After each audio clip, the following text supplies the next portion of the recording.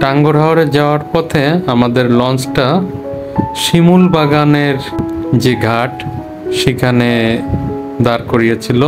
এই ঘাটে কিছু লক্ষণীয় জিনিস এখানে দেখা যাচ্ছে যে সিলেকশন বালি, প্রচুর পরিমাণ সিলেকশন বালি এই ঘাটে দেখা যায়।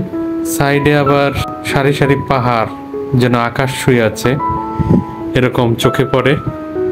আর একটা লক্ষণীয় জিনিস এখানে চোখে পড়ে, সেটা হচ্ছে এই নদীতে মানে হাওরে যে লাকড়িগুলো ভেসে আসে এখানকার স্থানীয়